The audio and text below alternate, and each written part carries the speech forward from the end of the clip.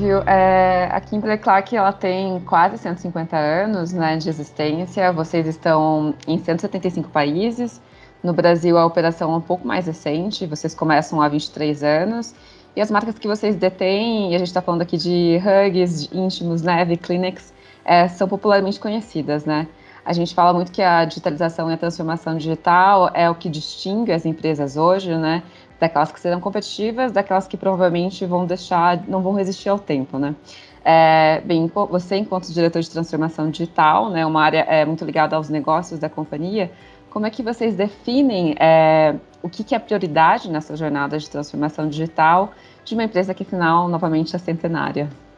O tema transformação digital para a gente é um tema bastante amplo, né? Então a gente olha sempre esse tema por lentes diferentes. Então a gente olha ele pela lente dos nossos consumidores, a gente olha ele pela lente dos nossos clientes e finalmente pela lente dos nossos colaboradores. Então a gente vai ter sempre esses três pontos de vista em como é que a gente digitaliza a relação com esse consumidor, com o cliente, com os nossos colaboradores também. Como é que a gente estruturou essa agenda aqui dentro? E é bom contar essa história, porque aí eu chego no ponto de como é que a gente prioriza, né? A primeira coisa que a gente viu que, num determinado momento, a nossa agenda de transformação digital estava bastante fragmentada, né? Então, dentro dos departamentos e das funções, a gente tinha iniciativas dispersas, e aí a gente tomou a decisão de unificar essa agenda para ter mais foco, para talvez fazer menos coisas, mas coisas mais robustas, né? Então a gente começa um movimento em 2018, né? A gente cria um framework de transformação digital para agrupar essas iniciativas. Então esse framework ele é composto de 5 partes fundamentais. A primeira delas é mindset, ou seja, a gente entende que esse é o ponto de partida para tudo. Se a gente não muda o mindset das pessoas, se a gente não traz para dentro da organização a realidade, o que está acontecendo no mundo lá fora, a gente não vai conseguir se adequar, né, como você estava citando no começo. A segunda parte a gente chama de literacy, né, um termo em inglês, mas significa literalmente alfabetização. Então, como é que a gente traz para dentro da companhia essas novas competências do mundo digital, né? Então, como é que eu dou esse repertório novo para os nossos colaboradores para que eles consigam realizar a transformação digital, né? O terceiro pilar a gente chamou de agilidade. Então, como é que eu consigo trabalhar de forma diferente em parte da organização para que a gente consiga tomar decisão mais rápido, se adequar mais rápido para, enfim, lidar com as mudanças, com o dinamismo do mercado atual, com o consumidor cada vez mais exigente, cada vez querendo mais conveniência, cada vez querendo melhores produtos, né? O terceiro pilar tem a ver com olhar para fora. Olhar para fora significa entender que aqui dentro a gente não vai encontrar todas as soluções para os nossos desafios, para os nossos problemas. Então, de fato, a gente precisa se abrir, a gente precisa se conectar, por exemplo, com um ecossistema de startups, um ecossistema no Brasil, no caso específico, super relevante e crescendo. A gente precisa se abrir para parcerias, ou seja, conectar com clientes, com fornecedores, eventualmente até com competidores, para poder fazer coisas juntos. E o último pilar, e não menos importante, na minha visão mais importante deles, inclusive, é a liderança. Como é que a gente prepara os nossos líderes para liderar uma organização desse tipo, desse novo paradigma de liderança, nesse novo paradigma de organização.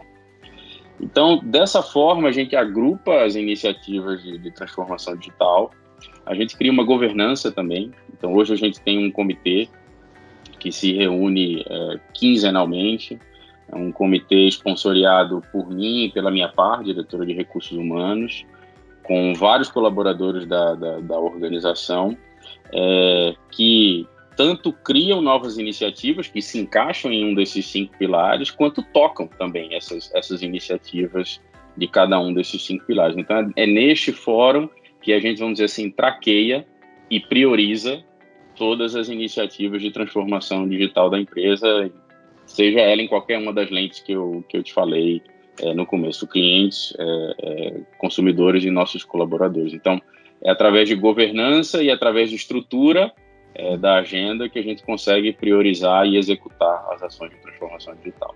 É um trabalho, é um grande trabalho, né? Um trabalho holístico também, porque, e ao mesmo tempo é focado e tem que ser aprofundado, porque a gente está falando de pessoas, de cultura, de organização, né? Não é uma tarefa fácil, né? Mas eu queria que você me falasse um pouquinho mais sobre essa cultura de agilidade e como é que vocês dividem essas squads, né? Para ganhar essa agilidade, ganhar eficiência e como que isso se distribui, desde a, não falando de hierarquias, mas assim, é desde o estagiário até a diretoria, todo mundo está na mesma página dessa cultura?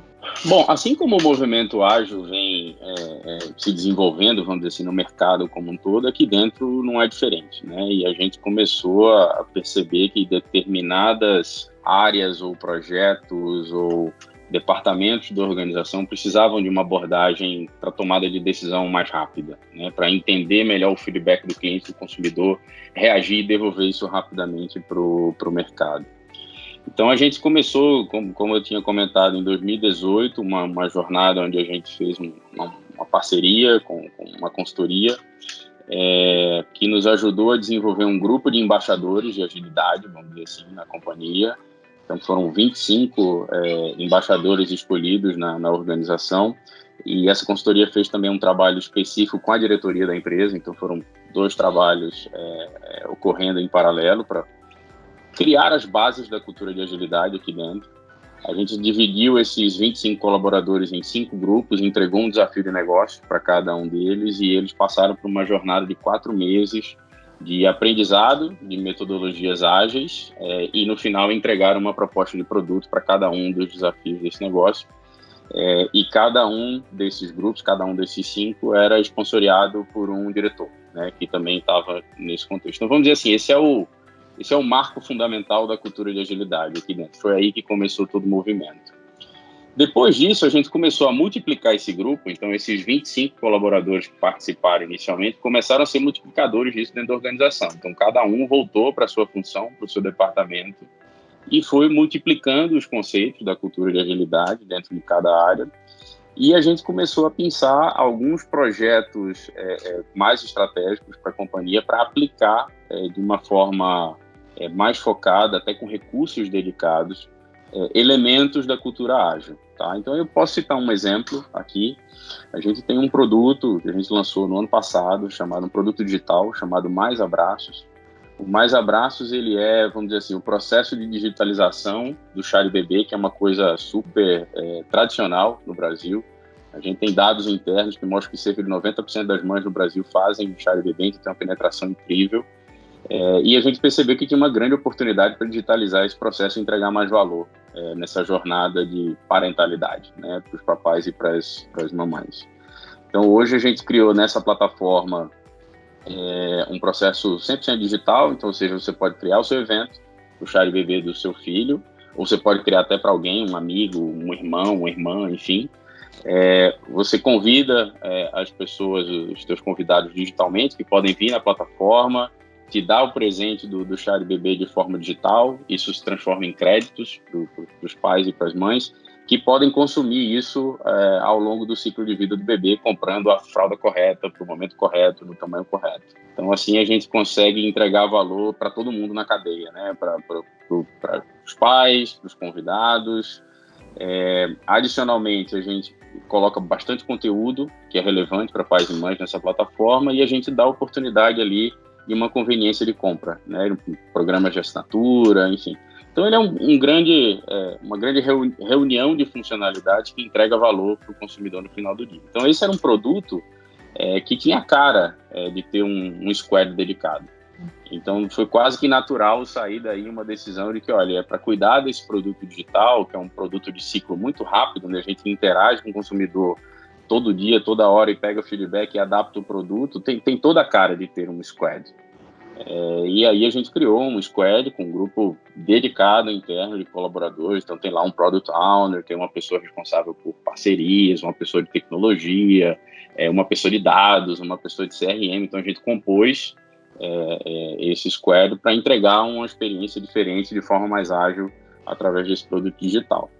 A gente tem outros exemplos na organização, tá? Outros grupos multifuncionais que foram se formando para resolução de um problema, para melhoria contínua, para uma série de outros propósitos diferentes. Então, hoje, dentro da nossa cultura de agilidade, a gente vê cada vez mais esses grupos se multiplicando. Grupos que são, em alguns casos, perenes, como é esse caso do Mais Abraço, e outros grupos que são até temporários, que se juntam para um determinado propósito específico e depois se desmobilizam. O grande poder disso é que você começa a facilitar a interação, né? Você derruba certas barreiras que no dia a dia acontecem quando você reúne todos esses colaboradores com backgrounds distintos no mesmo ambiente, com a liberdade de tomada de decisão e autonomia para tomada de decisão. Então, isso é muito poderoso. Isso, de fato, traz a velocidade de tomada de decisão que a gente quer ver dentro do nosso negócio. Acho que você acabou respondendo muito. Essa cultura de agilidade influencia também na forma como os colaboradores, acho que até veem mesmo a empresa, né? Como é possível medir esses resultados que às vezes são um pouco mais abstratos para ver se esses modelos de agilidade estão dando certo, por exemplo, para a operação, é palpável? Obviamente vocês devem ter métricas, né? Mas isso é bem visível para você enquanto líder e outras lideranças. Bom, é bom você ter tocado nesse ponto de mensuração, né? Ou seja, tudo que a gente faz em transformação digital tem que gerar, no final das contas, um impacto no nosso negócio, e esse impacto tem que ser mensurável. E isso vale não só para as iniciativas que trazem agilidade, mas isso vale para qualquer uma das iniciativas dos outros pilares que eu te falei, de mindset, de olhar para fora, enfim.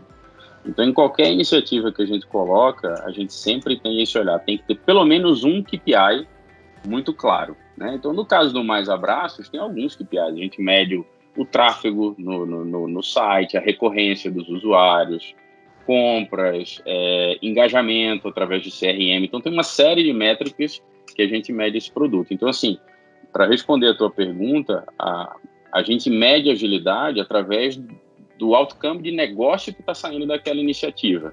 Tá? Então, no caso do Mais Abraço, é um conjunto de métricas específicas que mede a performance do produto. No caso de um squad de melhoria contínua, vamos dizer, na nossa fábrica, tem métricas específicas que medem as melhorias que a gente quer fazer no processo de produção. Então, é sempre ligado ao impacto final que isso gera no negócio. Tá? É dessa forma que a gente mede, vamos dizer assim, o resultado dessas ações. Você falou, Silvio, um pouco sobre da Kimberly-Clark também se abrir para startups, né? Vocês têm essa estratégia de inovação de fora para dentro, né? Mas eu imagino, brevemente, como que é feita uma curadoria, né? Obviamente, as startups têm que se alinhar aos negócios de vocês, né? E, assim, em um outro momento, essa pergunta de essas startups, esse novo ecossistema, eles acabam trazendo um novo tipo de desafio para vocês? Sem dúvida. Além de desafio, ele traz ar fresco, né? De fora da organização para dentro. Isso é muito bom, isso é muito positivo. A nossa história com startups, né? Engajamento com startups, ela já começou há algum tempo, né? Então, a gente já lembra que eu falei que a gente já tinha algumas ações pontuais em alguns departamentos. Então a gente já tinha, por exemplo, um programa chamado Banheiros Mudam Vidas, onde a marca Neve publica um edital externo para o mercado, buscando startups que atuam nesse desafio de saneamento no Brasil. Então essa já foi uma experiência. O próprio Mais Abraços fez uma parceria lá atrás com uma startup chamada Bitumami, que é uma startup que busca conectar mães que estão retornando para o mercado de trabalho ou que buscam empreender. Então, Mais Abraço faz uma parceria para trazer conteúdo relevante para essas mães. E aí, nesse ano, a gente resolve dar um passo a mais nessa jornada e a gente resolve fazer isso de forma corporativa, né? O que significa fazer de forma corporativa? De fato, a gente escolheu 10 desafios na organização como um todo, um processo muito bacana de coleta de desafios na organização como um todo. Coletamos mais de 60 desafios em todos os departamentos e funções. Priorizamos isso na diretoria da organização, um exercício super difícil para sair de 60 desafios e chegar em 10. E aí publicamos esses 10 desafios para o mercado num programa chamado KC Conecta, que nada mais é do que o nosso programa de Open Innovation. Esse programa foi lançado em abril desse ano, com uma reação do mercado muito boa. Tivemos cerca de 330 startups inscritas nesses 10 desafios. E desde então a gente vem seguindo as etapas desse programa, refinando, né? Enfim, teve uma fase de inscrição, uma fase de análise das startups, uma fase de análise de aderência, a escolha das startups para virem fazer um pitch, e finalmente a fase que a gente está agora, a escolha das startups que vão fazer pilotos. Então, neste momento agora, a gente tem 10 startups fazendo pilotos com a gente para esses 10 desafios. Os pilotos devem rodar agora até o final de dezembro, e aí a gente vai avaliar o resultado, que, de novo, métricas muito claras, né, para poder tomar uma decisão se a gente segue com uma parceria com as startups. Então, assim, o benefício que a gente vê num programa como esse é, primeiro, resolver 10 desafios da organização, mas também o que você comentou no começo, né? Como é que a gente, de uma forma positiva, entre aspas, contamina, né, os nossos colaboradores com essa cultura da startup, expõe esses colaboradores para lidar com essas startups no dia a dia e depois aplicar os conceitos que aprenderam no dia a dia dos seus departamentos. Então, acho que é uma história de já movimentos pontuais no passado e agora já uma iniciativa, vamos dizer assim, mais robusta de diálogo com o mercado de startup no Brasil. Interessante do que você também falou no início da nossa conversa, de que você também tem um grande aliado na operação, que é a diretoria de RH, né? A área de transformação digital é muito próxima de RH, porque a gente também está falando dessa proximidade, tanto com o colaborador, mas também, quando a gente fala de digitalização e tecnologia, uma questão muito crucial é a questão de requalificação, né? A gente está falando de talentos que são muito difíceis de serem encontrados hoje em dia, né? Que as empresas todas estão se digitalizando. Essa proximidade de transformação digital com o RH, eu imagino que ela não seja uma coincidência, né? Vocês se aproximaram por conta disso? Não, de forma nenhuma, é uma coincidência e, no final das contas, transformação digital é sobre pessoas, né? Então, você vê daqueles elementos que eu te falei, dos pilares, a gente está sempre falando de pessoas.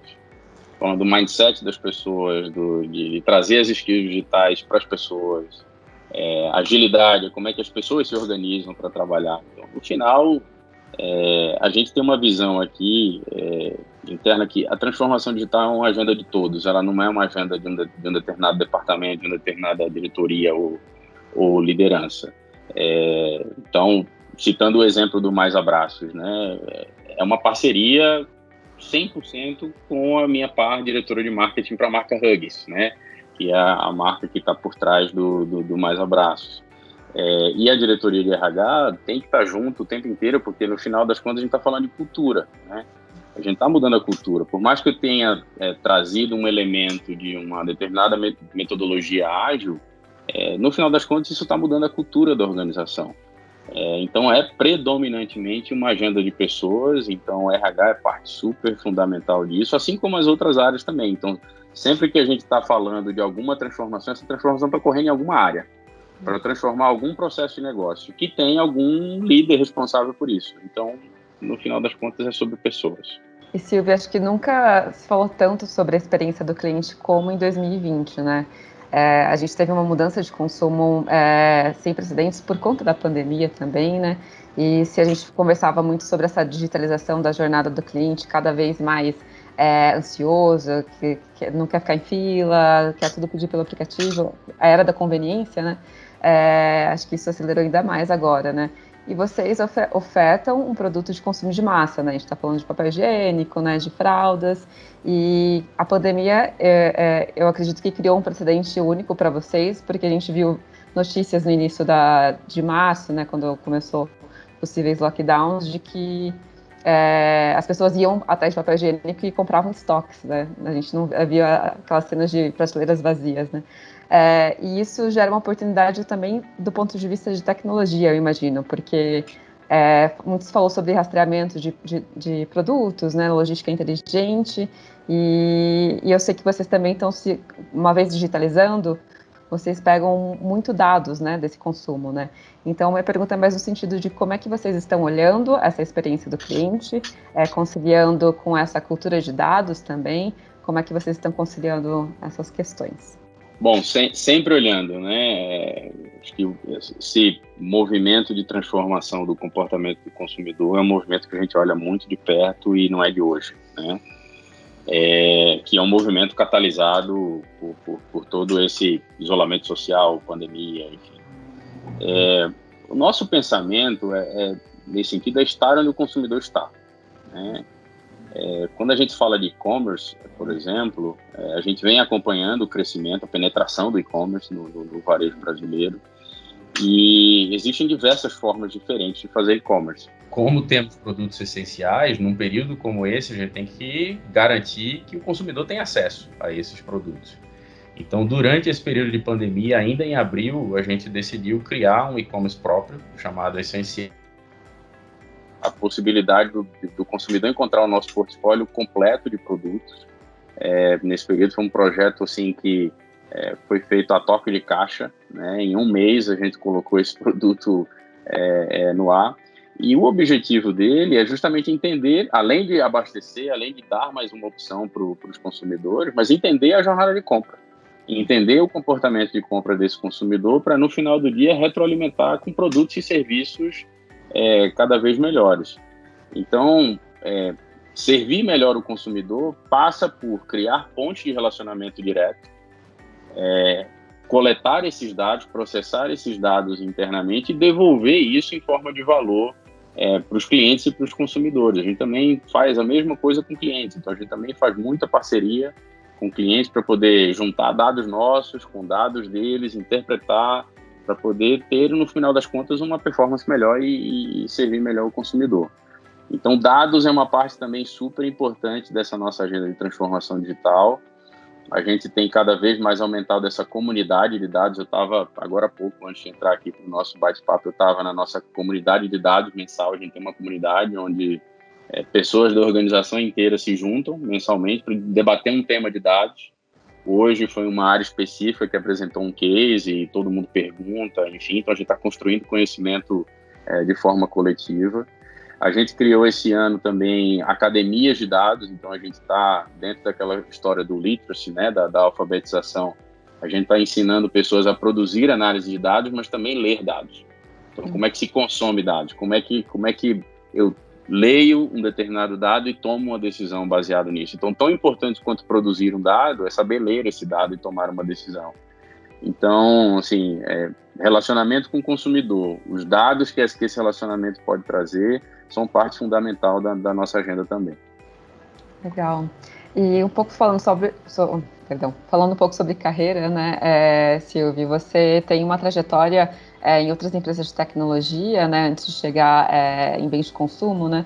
Eu vi que você passou pela IBM e também pela Unilever, e você também anteriormente estava como Head de Business Partner para desenvolvimento de negócios da TV Globo, né? Essa formação, né, e hoje você assumindo uma liderança de transformação digital, o que você, enquanto Silvio Veloso, né, se prepara para... A gente está falando também de mudanças muito rápidas, mudanças muito ágeis, né? Como é que você, enquanto líder, se prepara também para dar suporte para uma equipe que também está nessa mesma esteira de agilidade, né? Esse é um grande desafio, né? Eu acho que a chave é manter o radar ligado, né? Eu acho que está sempre olhando o que está acontecendo fora, então eventos, lendo artigos, se conectando com outros líderes da indústria através de network, aprendendo também dentro do mundo Kimberly-Clark, ou seja, essa é uma das belezas de trabalhar numa empresa global. A gente pode aprender com outras operações do mundo inteiro sobre experiências que estão dando certo e trazer para cá e exportar também coisas que a gente está fazendo daqui para lá.